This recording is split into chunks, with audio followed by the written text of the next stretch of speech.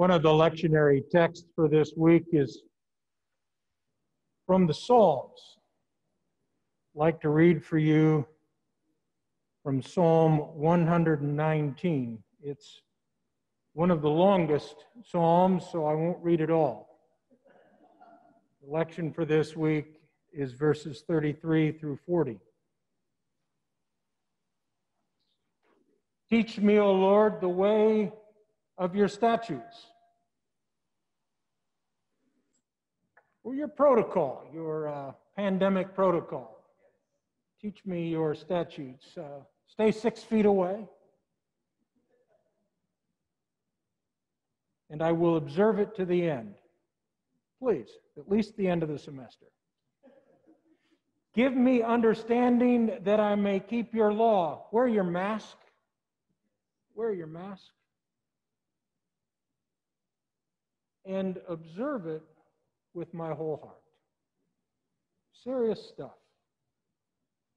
Lead me in the path of your commandments, which means if the hallway says this way, go this way and then go around.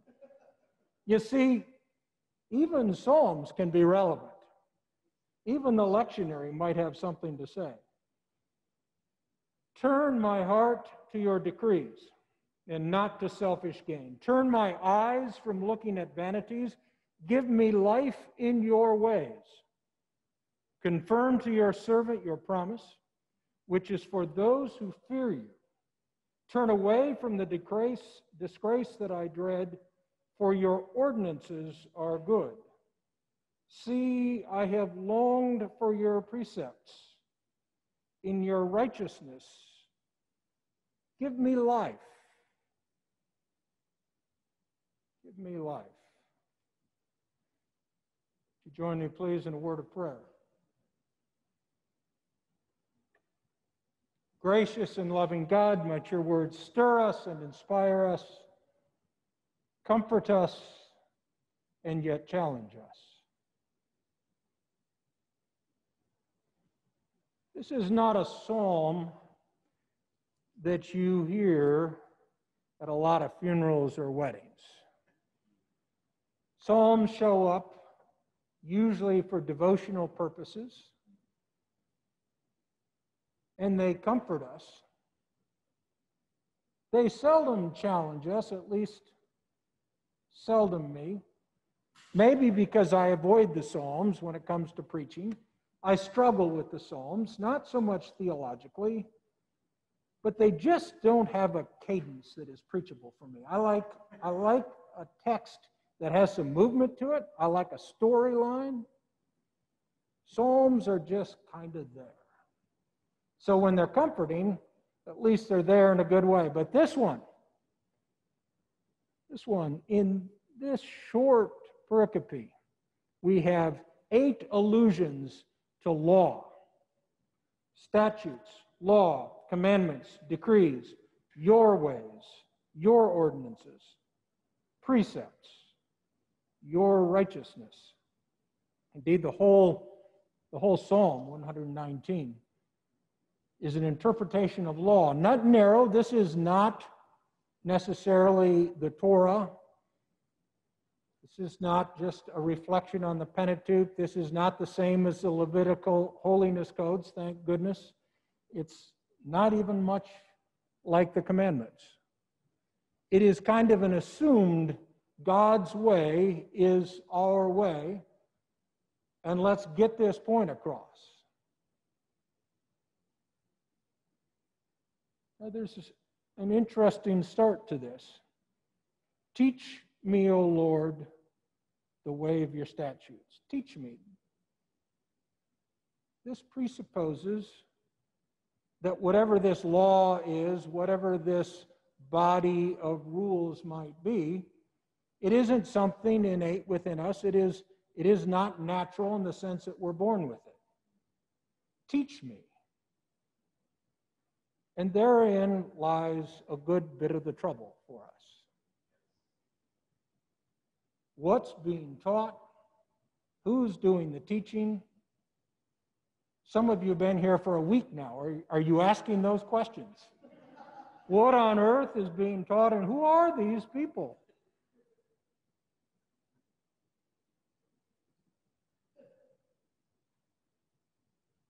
Teach me, O Lord. The Psalms somewhat step-sibling the Proverbs says, bring up a child.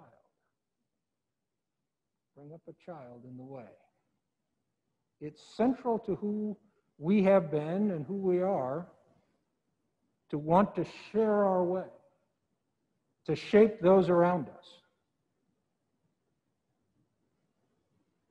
There's some blessing and curse in that, both for us and for the people around us. The psalmist presupposes that goodness and right living is learned, and that we as creatures can learn. It's an important thing to realize coming to a theological school. You've been doing it all your life. Raise up a child. All your communities have tried to do that. Did they get it right? Were they helpful? Were they hurtful? It's important whether we're helpful or hurtful, because as the psalmist says, we are learning people. So what we teach is vitally important. When my daughter Marin was a small child, and that was a long time ago, she is older than some of you. She was in a preschool. This would have probably been in about 1994, 1993, 1994. We got a flyer at the end of the day one day that the next day we would have an opportunity to sign her up for computer classes. That may seem just like a no-brainer to people at this point in time, but I was working with my first Windows-based computer. It was brand new. I've been doing this, that up until then. I thought, what on earth are they going to teach 2.5 to 3-year-olds about a computer? I was somewhat assured to find out that the teacher was a traveling computer wizard named Mr. Bill. Now, any of you my age, you're going to get that. Mr. Bill. It was a Saturday Night Live sketch for those of you who weren't born yet.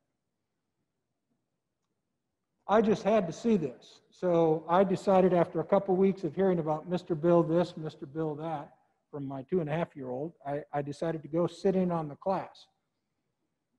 Mr. Bill had all the kids sitting in front of a terminal. I realized in a hurry they weren't programming, they weren't doing anything real depth, but he was getting them used to being in front of a screen that did not have Winnie the Pooh on it, and I was appreciative of that. The day I was there, he showed them images. And they had learned, this was the 3rd week by now, and they were 2 and 3-year-olds, so they were good at this. They had learned to shout out together in unison, in chorus, as though they were in church liturgically, what they were seeing. He put a picture of a round color, and they yelled, blue. And then he put a picture of a square color, and they said, red. And he showed a picture of a cat, dog, dinosaur. They were 2 and 3, so they knew these things. Then he went back to the circle and the square again, and as though on cue, he had changed the colors and they knew what to do. So they said the name of the shape, circle, square. And then after about 10 minutes of this, he changed their world. He put an octagon up, and they were stumped. 2-year-olds, 3-year-olds who know everything were stumped for about 10 seconds. Then it was circle, square, dinosaur, octagon, pentagon. Their life grew many, many times that day. Their knowledge grew broad. And they all knew that they could learn, and that their world, if they let it, would change and expand.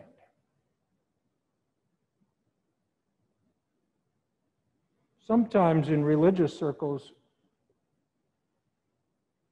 we do our darndest to make sure people live with circles and squares, with colors as we would have them be.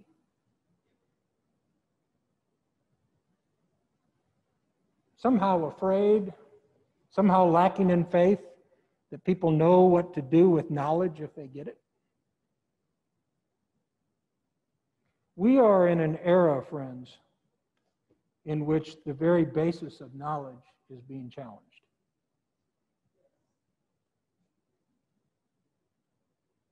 Oh, no, that's a circle. No, Mr. Bill, you said it was a square. No, now I'm telling you it's a circle.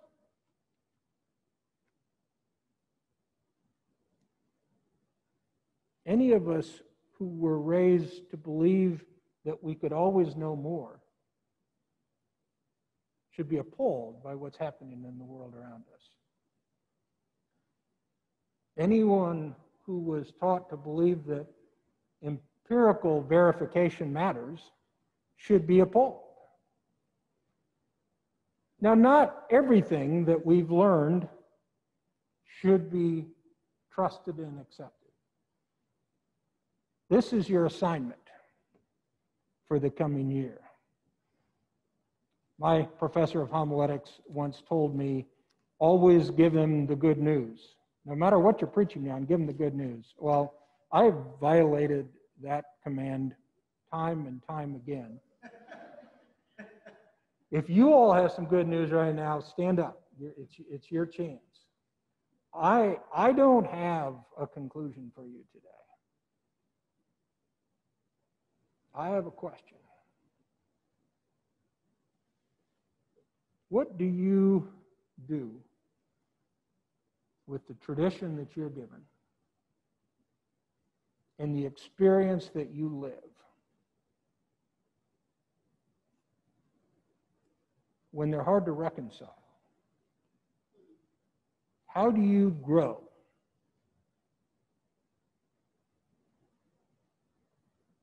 When a lot of the world around you is trying to keep you in one place.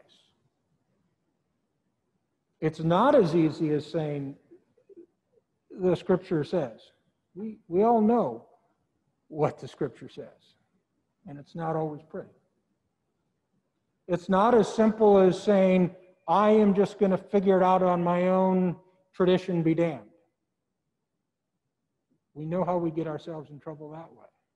But the hard work of a place like this is reconciling what is given in terms of tradition with what is novel in our experience of the world. Asking the tough questions. In a way, this challenge for us is confirmed by exactly what's going on in the world around us. The tremendous struggle of our society to even agree on what is scientifically valid, to even consider together what data can tell us about how people live and how they're treated.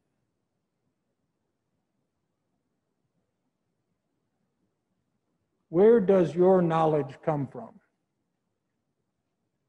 And what authorizes it? If you can figure that out and offer that to the communities that you serve and move in, you will be a gift to them. Because the path we're on right now